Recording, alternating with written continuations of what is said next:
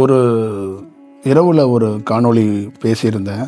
அதோட தொடர்ச்சியாகவும் அதிலிருந்து சில செயல் வடிவத்தை பற்றியும் சொல்லணும்னு நினைக்கிறேன். அதோட டீட்டெயில் இன்னும் கொஞ்சம் பேசுனா கொஞ்சம் நல்லா இருக்கும் அப்படிங்கிறதுக்காக தான் அந்த வடிவத்திலிருந்து சொல்லணும்னு நினைக்கிறேன்.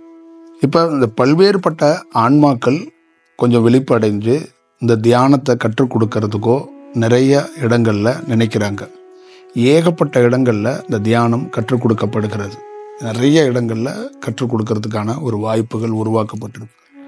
அப்போ வெகு சில இடங்களில் அதை நம்ம கற்றுக் கொடுக்குற தியானம் மிக சரியாக இருக்கா, சரியாக மக்கள்கிட்ட கொடுக்குறோமா, அது இயற்கையிலேருந்து இறைவனால் நமக்கு மக்கள்கிட்ட கொடுக்கணும்னு பிரபஞ்சத்துடைய செயலா, இல்லை ஒரு தனி மனிதர்களுடைய ஒரு ஆன்மா விழிப்புனால இந்த வேலை நடக்குதாங்கிறத ஒவ்வொருத்தருக்குள்ளேயும் ஒரு பெரிய சுய பரிசோதனை வேணும். இப்போ இந்த செயல் வடிவத்தை ரொம்ப நுட்பமாக தெரிஞ்சுக்கணும். நான் எப்பயுமே சொல்லியிருக்கிறேன், இந்தியாவிலிருந்து வெளிநாடுகளுக்கு போய் நிறைய வேலை செஞ்சவங்க நிறைய குருமார்கள் இருக்காங்க. இந்த பிரபஞ்சத்திலிருந்து வேலை செய்ய போனவங்களில் மிக நுட்பமானவங்க 2 பேர். ஒன்று விவேகானந்தர், இன்னொன்று யோகானந்தர். இந்த சமீப காலத்தில் இந்த பிரபஞ்சத்துடைய அனுமதியிலிருந்து போனவங்க இந்த 2 பேரும். அதனால தான் இந்த 2 பேரை அனுபவம் பெற்று, இப்போ தியானம்னா என்னன்னு தெரியாத போது, தியானத்தை பற்றி அறியாத போது, கொஞ்சம் கொஞ்சமாக அனுபவம் பெற்று நம்ம வரும்போது விவேகானந்தருடைய புத்தகமோ யோகானந்தர் புத்தகத்தினாலேயோ அவங்க செயல்னால நமக்கு ஈர்க்கப்படலை. நமக்கு அந்த அனுபவத்தில் பிரபஞ்சத்தோடு யாரெல்லாம் தொடர்பில் இருந்து வேலை செஞ்சுருக்கிறாங்க, அந்த யோகியாக இருந்தும் அவங்க எந்த ஒரு செயல் வடிவத்துக்குள்ளேயும் மாட்டிக்காமல் அந்த தியானத்தையோ அவங்களுடைய பயணத்தையோ ரொம்ப நேர்த்தியாக பயணம் பண்ணவங்க யார் இருக்கிறாங்கங்கிறத ஒரு பிரபஞ்சத்தோட தொடர்பில் இருந்த பட்சத்தில் நமக்கு காட்டி கொடுக்கப்படுகிறது. நமக்கு ஒரு செயல் வடிவம் கடுக்கிறது. இப்போ அதனால தான் யோகானந்தரையோ விவேகானந்தரை பற்றியோ நம்ம நிறைய பேசியிருக்கிறதுக்கும் சொல்கிறதுக்கு காரணம் மிக முக்கியமானது நல்ல தியானம், நல்ல குரு, நல்ல எளிமையானவர், யதார்த்தமாக பேசக்கூடியவர், ஒரு ஒரு ஒரு மக்களோட வேகமாக கனெக்ட் ஆகக்கூடியவருங்கிறதுக்காகலாம் நம்ம ஒருத்தரை எடுத்துகிட்டு பேச முடியாது. இப்போ நான் எளிமையாக பேசுகிறேன்னு நிறைய பேர் சொல்லுவாங்க. நான் எளிமையாக யதார்த்தமாக மக்களோடு பயணம் பண்ணுறேன்னு சில பேர் சொல்லுவாங்க. இதெல்லாம் போதுமானதாக இருக்குமான்னா கண்டிப்பாக இருக்காதுன்னு தான் நான் சொல்லுவேன். ஏன் அப்படின்னு கேட்டிங்கன்னா, அடிப்படை அப்படின்னா என்ன அப்படிங்கிறது இருக்கணும். காலத்தால் தான் நாம் ஒரு செயல் வடிவத்தில் இந்த தியானத்தில் பிரபஞ்சத்திலிருந்து மக்களுக்கு தியானத்தை கொடுக்கறதுக்கான ஒரு வாய்ப்பை பெற்றிருக்கோமா, இல்லை நம் எண்ணத்தால் நம்ம ஆன்மா வெளிப்படைந்து நம் பல ஜென்மங்களில் நம்ம இந்த தியானத்தை மக்கள்கிட்ட கொடுக்கணும், பெரிய குருநாதராக மாறணும்னு பல நாள் ஏக்கத்தில் பல நாள் தவிச்சு போய் கடந்த ஒருத்தனுக்கு ஒரு இடத்துல இந்த பிறப்பில் ஒரு தியானம் கொஞ்சம் கிடைக்கப்படுது. ஒரு செயல் கிடைத்தோன்னே அந்த செயலை எடுத்து கொடுக்கறதுக்கான வாய்ப்புகளை நம்ம பெறுறோம். அந்த சூழலில் ஒரு மனிதனுக்கு 10 ஆண்டுகளோ 20 ஆண்டுகளோ ஒரு முழுமையாக அந்த இடத்துக்குள்ள ஒரு சிறு அனுபவத்தில் அவனுடைய கோள்கள் சம்பந்தமாகவும் அவனுடைய ஆன்மா விழிப்பு சம்பந்தமாகவும் சேர்ந்து ஒரு வேலை செய்யறதுக்கு ஒரு வாய்ப்பை உருவாக்கப்பட்டிருக்கும். அப்போ அவர் அந்த முழுமையாக பல ஆண்டுகள் தன்னுடைய நிறைவேறாத ஆசையை நிறைவேற்றிக்கிறதுக்கான ஒரு வாய்ப்பை உருவாக்கிக்கிறாங்க நிறைய பேருடைய செயல். நீங்கள் நிறைய குருமார்களை என்னுடைய அனுபவத்திலிருந்து நான் படிக்காமலே இந்த தியானத்துக்குள்ளே உணர்த்தப்பட்டதும் பார்க்கப்பட்டதும் நான் நிறைய பார்த்துருக்கிறேன். அப்போ இதெல்லாம் எதற்காக கொடுக்கப்படுகிறதுனா, ஒரு தியானம் என்பது அடிப்படையாக ஒருத்தரோட லைஃப்பை அவரோட ஹிஸ்டரியை புக்காக எடுத்து படித்து தெரிஞ்சுக்கிறது ஒரு ரகம். படிக்காமலே அந்த தியானத்துக்குள்ளேருந்து யார் என்ன மாதிரி பணி செஞ்சுருக்கிறாங்க, யார் என்ன மாதிரி இந்த தியானத்து வடிவத்தை முழுமையாக முன்னெடுத்திருக்கிறாங்கங்கிறத முழுமையாக உணரணும் அப்படிங்கிறது தான் இதோடைய செயல் வடிவமாக இருக்குது. அப்போ எத்தனையோ இடங்களுக்குள்ள எத்தனையோ செயலாக்கத்தை நமக்கு அது காட்டப்பட்டிருக்கு, அந்த செயல் வடிவமாக நமக்கு கிடைக்கப்பட்டிருக்கு. அப்போ இதை பார்த்துட்டு தான் நம்ம ஒரு பெரிய வேலை செய்யறதுக்கான வாய்ப்புகளை உருவாக்குறோம். அப்போ நிறைய தியானங்கள் இங்கே கொடுக்கப்பட்டு அவங்க ஒரு முழுமையான பொசிஷனுக்குள்ளே போனாங்களா அப்படிங்கிறதுக்குள்ள பெரிய செயல் வடிவம் இருக்கு. அப்போ அவங்களுக்கும் என்னன்னு கேட்டிங்கன்னா அது தெரியாது. அந்த அந்த செயல் வடிவம் என்ன, அந்த செயலாக்கம் என்ன.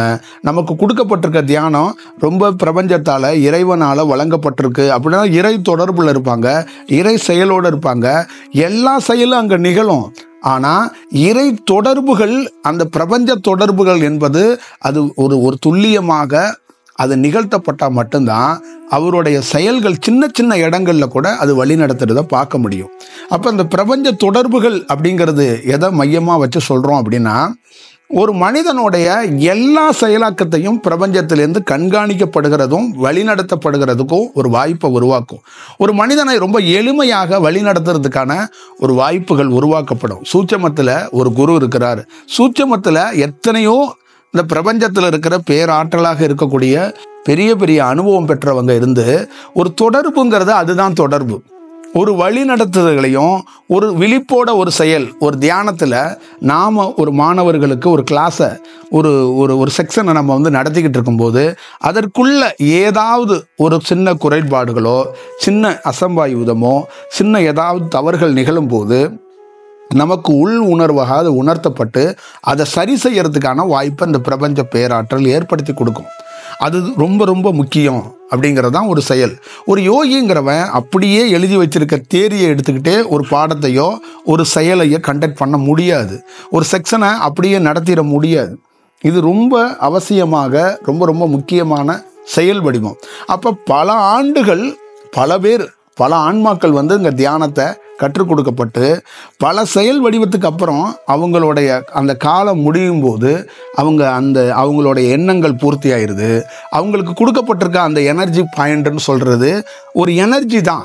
ஒருத்தவங்க வேலை செய்கிறது எப்படின்னா, ஒரு யோகியா, ஒரு சாமியாரா, ஒரு குருவா வேலை செய்கிறதெல்லாம் இத்தனை ஆண்டுகளுக்கு ஒரு எனர்ஜியோட அந்த செயல் வடிவம், அந்த ஈர்ப்பு தன்மையில் அவங்கள நோக்கி நிறைய மக்கள் படையெடுப்பாங்க. அவங்க ஆசிரமத்துக்கு வருவாங்க. அவங்க மேலே பெரிய ஈர்ப்புகளும் அவங்க சொல்கிற வார்த்தைகள் எல்லாமே கவனிக்கப்படும். ஒரு செயல் வடிவங்கள் கொடுக்கப்படும். அப்போ அது எல்லாமே என்ன ஆகும் அப்படின்னா, இத்தனை ஆண்டுகள் கழித்து அவங்களுக்கு கொடுக்கப்பட்டிருக்க அந்த எனர்ஜி பாயிண்ட் ஒரு இடத்துல தீரப்படும். அப்போ அவங்களால என்ன பண்ணுறாங்கன்னா, அடுத்த இடத்துக்கு நவரக முடியாத, அடுத்த இடத்துக்கு போக முடியாத ஒரு சூழல்கள் உருவாக்கப்படும். அப்போ அந்த செயல் வடிவத்திலிருந்து அவங்க என்ன செய்வாங்க, அந்த கலையோ அந்த தியானமோ அடுத்த செக்ஷனுக்கு நவராமல் நின்றும். அப்போ இன்னொரு இடத்துக்குள்ளேருந்து வேறு தியானங்கள் வளர தொடங்கும். இன்னொரு செயல் வடிவம்லாம் தெரியும். இவங்க என்ன நினைப்பாங்கன்னா, நல்ல தியானம் கொடுத்தோம், நிறைய செயல் கொடுத்தோம், ஏன் இந்த காலகட்டத்துக்கு மேலே அதோட வளர்ச்சி ரொம்ப கம்மியாக இருக்குது, காரணங்கள் என்னன்னு தடுமாறிக்கிட்டு தேடிக்கிட்டே இருப்பாங்க. இப்போ என்னை பொறுத்தளவுக்கு தனிப்பட்ட முறைகளில் இங்கே இருக்கிற நிறைய பேருடைய செயல் வடிவம் அவங்க ஆத்மார்த்தமாக ஒரு வேலை செய்கிறதுக்கு முன் வந்திருக்கிறாங்க. ஆத்மார்த்தமாக ஒரு வேலையை தியானத்தை கற்றுக் கொடுக்கணும், தியானத்தை பற்றி சொல்லணும், மக்களுக்கு பெரிய புரட்சியை ஏற்படுத்தணும்னு நினைக்கிறாங்க. அது ஒன்றும் தவறு கிடையாது.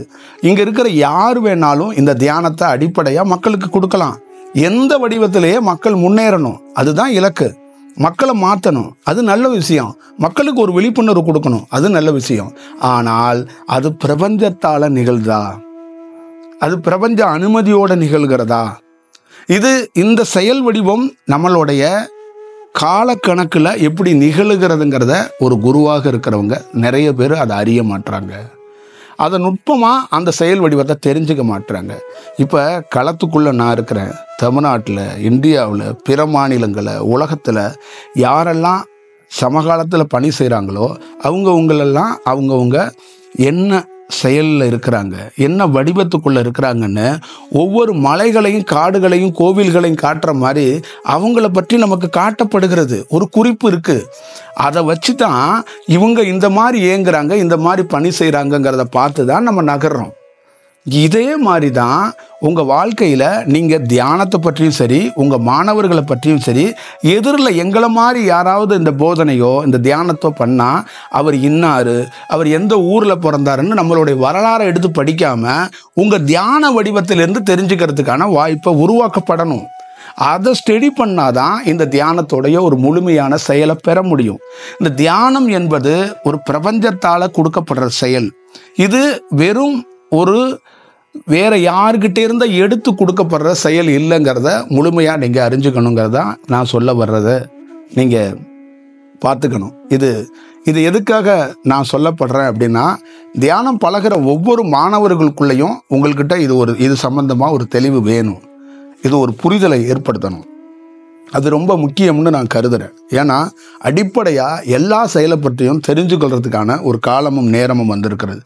ஒரு தியானத்தை எல்லா வடிவத்துக்குள்ளேயும் யார் என்ற செயல் வடிவத்துக்குள்ளனாலும் பண்ணலாம்.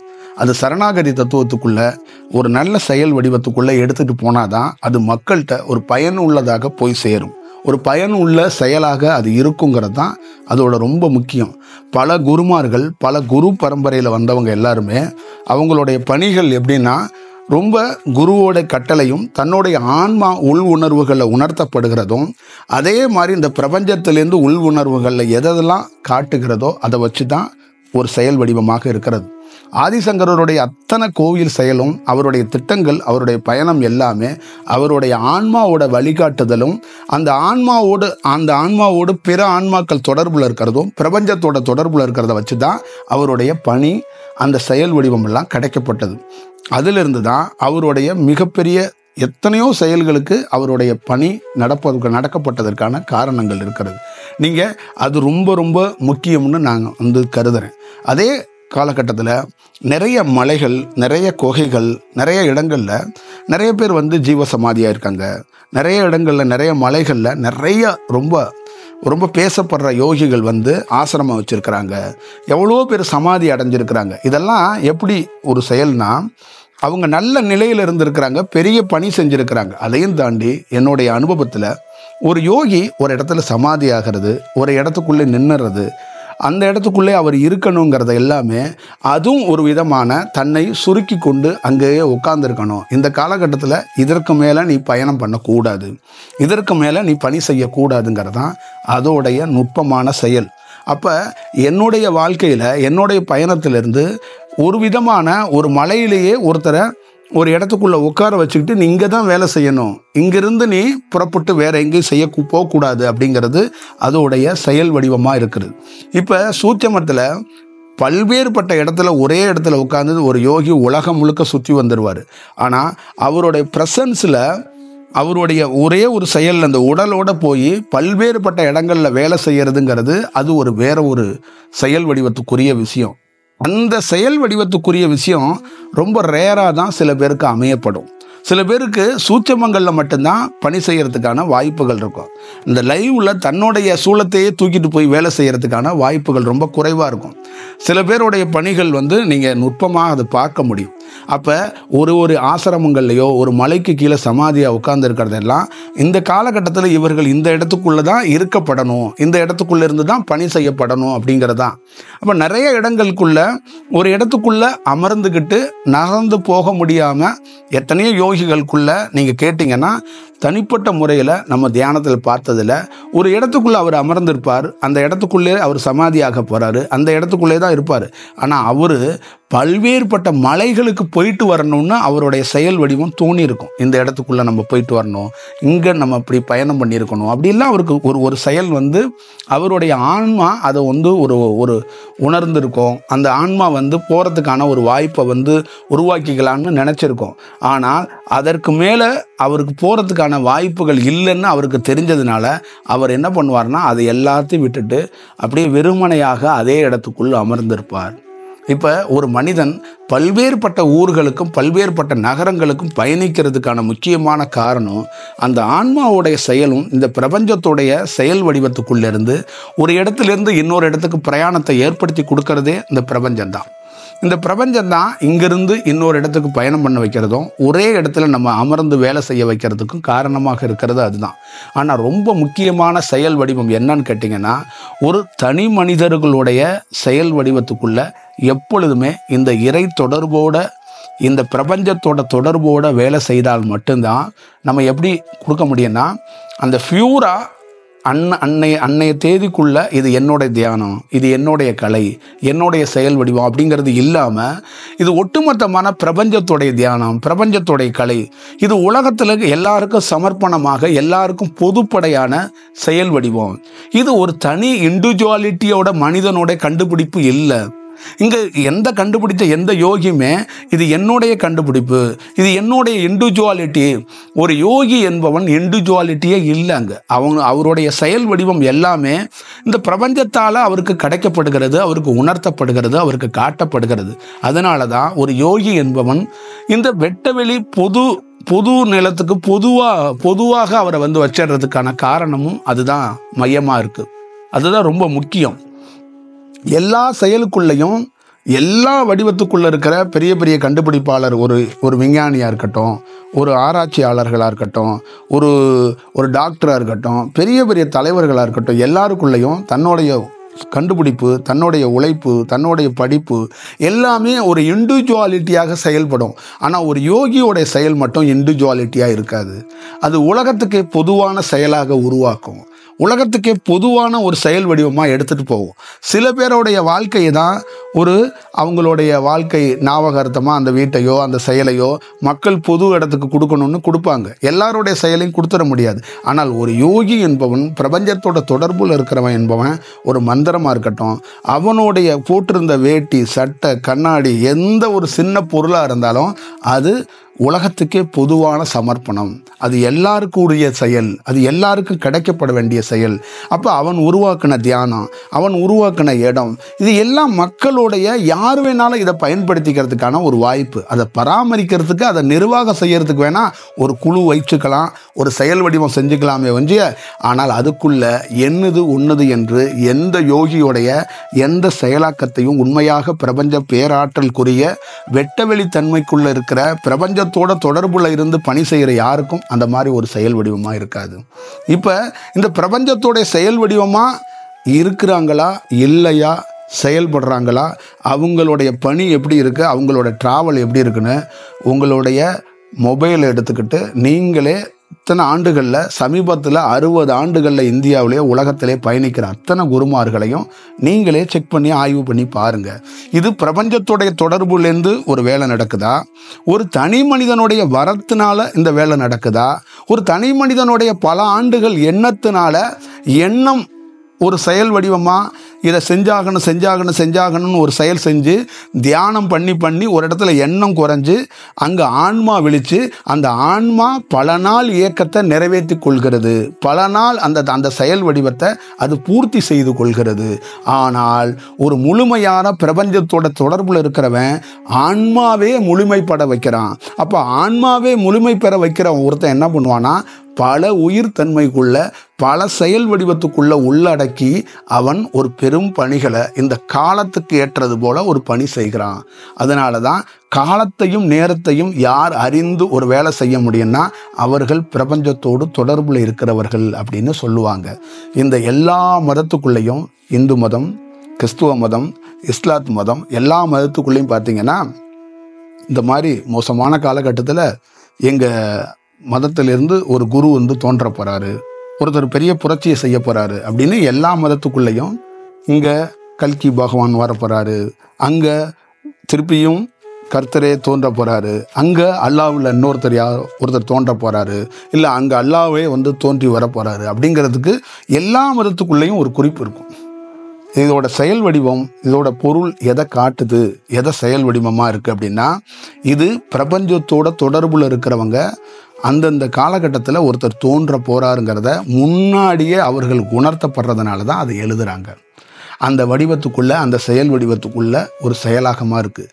அப்போ இதுக்குள்ள தனித்தனியாக ஒரு மதத்துக்குள்ளேருந்து ஒரு செயல் வடிவத்துக்குள்ளேருந்து இவர் எல்லா மதத்துக்குள்ளேயும் ஒரே நேரத்தில் ஒரு பெரிய குரு தோன்றுவாரா, இல்லை ஒவ்வொரு காலகட்டத்துக்கு ஏற்ற மாதிரி தோன்றுவாரான்னா, நிச்சயமாக அங்கே எழுதப்பட்ட வார்த்தைகளுக்குள்ள அதில் நீங்கள் கவனித்து பார்த்தீங்கன்னா ஒரு யோகியும் அந்தந்த காலகட்டத்துக்கு ஏற்ற மாதிரி இங்கே ஒருத்தர் தோன்றியிருந்தார்னா கொஞ்ச நாள் அந்த கேப்புக்கு அப்புறம் அடுத்த மதத்தில் இன்னொருத்தர் எங்கேயோ ஒரு இடத்துல ஒரு விஷயத்தை தோன்றி அவர் ஒரு பெரிய புரட்சியை செய்வார். இது அந்த காலகட்டத்துக்கு ஏற்ற மாதிரி ஒரு செயல் வடிவம் சரியாக நுட்பமாக நடக்கும். இதுதான் இந்த பிரபஞ்சத்துடைய தொடர்புங்கிறது, பிரபஞ்சத்துடைய செயல் வடிவங்கிறது. அப்போ அந்த பிரபஞ்சத்துடைய செயல் வடிவத்திலிருந்து ஒரு வேலையை தெரிந்து செயல்படுத்தும் போது அது ஒரு நல்ல செயலாக இருக்கும். நல்ல செயலோடு சந்திப்போம். நன்றி, வணக்கம்.